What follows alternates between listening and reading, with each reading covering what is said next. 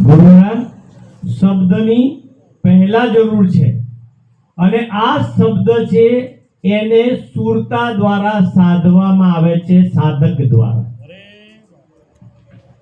આ શબ્દને સુરતા દ્વારા આ સાધક સાધી લે. જેમ ગુરુની શાન છે તેમ પોતાની બુદ્ધિનો પ્રયોગ બિલકુલ કરવાનો હોતો નથી. અને અહીંયા બધા જ માર ખાય છે. બધા પોતાની બુદ્ધિ લગે, મને તો બધી ખબર છે, ઓહમ સોહમ, આ ફલાણું નિજ સ્વરૂપ, આમાં આમ કરવાનું, આમાં આમ ડૂબકી લગાવવાની, પરાવાણી, આ પશ્ચિમતી વાળી, બાપુ મને બધી ખબર પડે. બધી ખબરને કોરાણે મૂકી દેવાની. જેણે ઉપદેશ લીધો છે એમના માટે પણ આ એટલી જ સાચી વાત છે. ન ઉપદેશ લીધો એમને બે હાથ જોડીને વિનંતી છે કે પરપોટો ફૂટી જાય એ પહેલા તમારા સ્વરૂપને કોઈ પ્રગટ સંતની પાસે જઈને જાણી લેજો. અને જેણે જાણી લીધું છે, ગુરુની પ્રસાદી મળી ગઈ છે, એમને હજુ પણ જો આમાં દ્રઢતા ન હોય, હજુ પણ કંઈક આગુ પાછું રહી જતું હોય, તો સાહેબ જે કોઈ પણ પ્રગટ પુરુષ છે, જે પ્રગટ મૂર્તિ સંત મળ્યા છે, એની પાસે બેસી જજો, સહેજ પણ શરમ રાખ્યા વગર. અને આ વાતને જાણી લેજો કે બાપુ મારી સમજ આટલું કહે છે, હવે મને આગળ શું છે સમજાવો. આવું કદાચ કોઈ જાહેરમાં નહીં બોલે, પણ હું એટલા માટે કહું છું કે હું એવું પર્સનલી એવું ઈચ્છું છું કે દરેક પૂર્ણ બ્રહ્મ તરીકે પ્રગટ થાય. આ મારો ભાવ છે.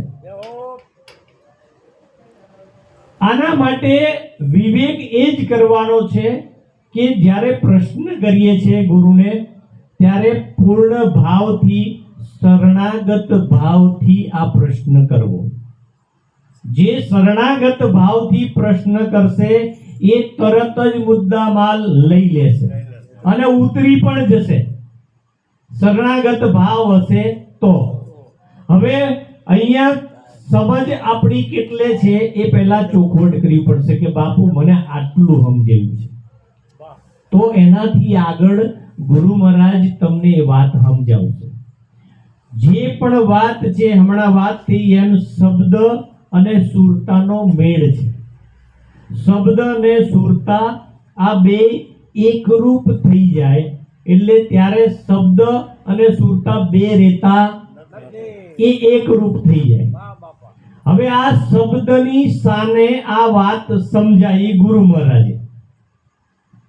હવે જે શબ્દ છે એ ક્યાંથી આવ્યો, કેવી રીતે બન્યો, તો કે ભાઈ અક્ષરમાંથી બન્યો. શેમાંથી બન્યો? અક્ષરમાંથી બન્યો. અને આ અક્ષર, આ શબ્દ મળીને આ વાણી રચાય છે ને વાણી આપણે જગત બોલી રહ્યા છે. પણ આ અક્ષર, શબ્દ અને વાણી જો આ ખોખું ના હોત, આ ખોખું નામ, આ વસ્તુ, આ સાધન, આ શરીર, આ ખોખું ના હોત તો અક્ષર પડ્યા રહે, શબ્દ પડ્યા રહે, શબ્દ પડ્યા રહે ને. આ ખોખું ના હોત તો બોલાત ન બોલાત. એટલે આ વસ્તુની કિંમત છે, આ સાધનની કિંમત છે. જેણે સગુણ સ્વરૂપને, નિર્ગુણને જાણવા માટે આ સગુણ એટલું જ જરૂરી છે. જેટલું નિર્ગુણ છે એટલું જ સગુણ છે. પછી જેને સમજાઈ જાય એને નિર્ગુણે નથી અને શિરગુણે નથી, આપ હી આપ જ છે એવું દ્રષ્ટિમાં આવી જશે.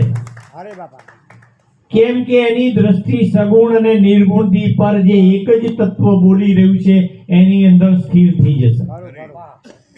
પણ આ જ્યાં સુધી સમજમાં ના આવે ત્યાં સુધી સગુણ સ્વરૂપ જે હાથમાં મળ્યું છે, જે કોઈ પણ જેને જે ભાવે અને જે ગામમાં જે જગ્યાએ જેવા મળ્યા હોય એવા સગુણ સ્વરૂપે જે ગુરુ મળ્યા હોય એને સેવી લેજો.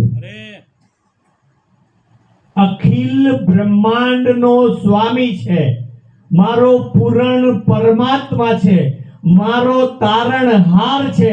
આના સિવાય બીજું કોઈ ઉપરથી કોઈ આવવાનું નથી. આવું નક્કી કરીને સગુણ સ્વરૂપે જે મૂર્તિ મળી હોય સાહેબ પૂરા ભાવથી ભગવત ભાવથી સેવી લેજો.